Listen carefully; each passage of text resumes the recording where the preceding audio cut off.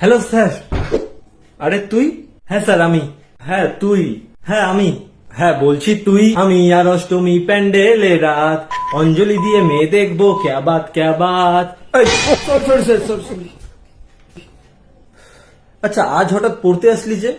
আরে স্যার মানে সামনে এক্সাম না, তাই একটু পড়াগুলো রিভিশন করতে এসেছি। ও বাবা, সারা বছর পড়তেই আসলি না ঠিকঠাক ভাবে, পড়লেই না কিছু, তার আবার revision. Happy teachers day sir, খাওয়ান স্যার। ও থ্যাংক ইউ। হ্যাঁ এবার বুঝতে পারছি যে কেন এত পড়ার ইচ্ছা জেগেছে আজ। আচ্ছা আগে বল দেখি আজকের দিনে কি এমন হয়েছিল, বা কিসের জন্য আজকের দিনটা বিখ্যাত? ও স্যার মানে আজকের দিনে তো এসে হয়েছিল, আগের বছর আজকের দিনে আমাদের স্কুল থেকে মালতী ম্যাম ট্রান্সফার হয়ে গেছিল, আর আমাকে বায়া বলেও যায়নি স্যার। হাট শোন, 1888 সালে আমাদের second president doctor Sarvepalli Radhakrishnan জন্মগ্রহণ করেছিল, আর 1962 সাল থেকে তার এই জন্মদিনটাকেই টিচার্স ডে হিসেবে পালন করা হয়। ও থাক, আজকে আর মাথা গরম করে কি করব? কি খাবি বল?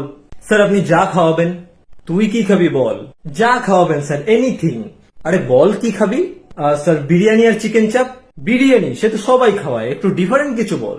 পোলাও মাংস, আবার এই কমন জিনিস, এটাও সবাই খাওয়ায়। মোগলাই পরোটা, এটা তো বাড়িতেই বানানো যায়। ফ্রাইড রাইস চিলি চিকেন, এটাও তো বাড়িতেই হয়।